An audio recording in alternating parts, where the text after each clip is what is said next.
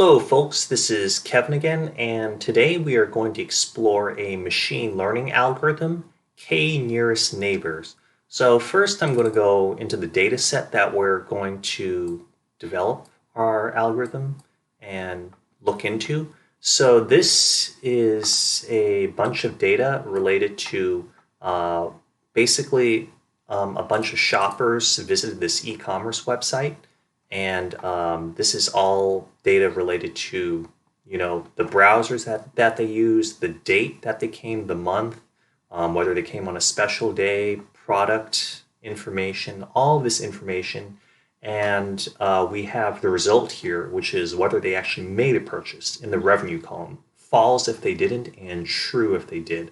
As you can see, most times it's false because obviously most of the time when people are visiting a site, it's just for browsing.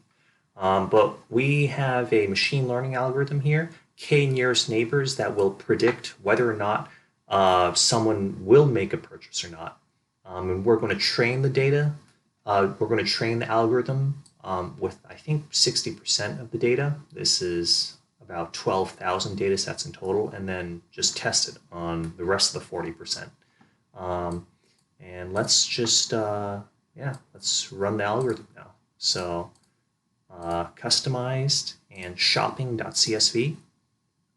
And so with the k-nearest neighbors of 1, which means what is the nearest neighbor for each of the basically the predictions that we have to make. What's its nearest neighbor? Is its nearest neighbor someone that made a purchase or someone that didn't? And you can see here that we have a true positive rate of around 37%, true negative rate of 90%. So a k-nearest neighbors of 1 is okay. It's not that great. Probably improve it using some type of different machine learning algorithm. And let's just run it again. So here we have true positive rate close to 40%, true negative rate of 90%. And let's just run it one more time. True positive rate of 37%, true negative rate of 91.33%. Let's run it just one last time. So you have a true positive rate of close to 41%, true negative rate of, again, something like 90%. Now, again, k-nearest neighbors, the implementation of k-nearest neighbors, basically it finds in this sort of graphical nth dimension space, and I'll go back to the data set right here.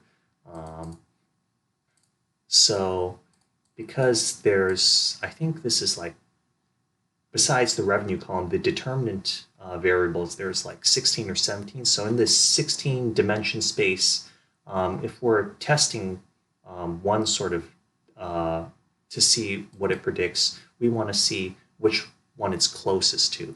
So if we just had 2 dimensions, you just use the Pythagorean theorem to find the closest data set and to see if the revenue is true or false. But because we have like 16 or 17, we're going into an nth dimension space, 16 or 17 dimension space, to see whether it'll predict whether the person actually made a purchase or not. So there is k-nearest neighbors. Hope you enjoyed the video, and see you soon.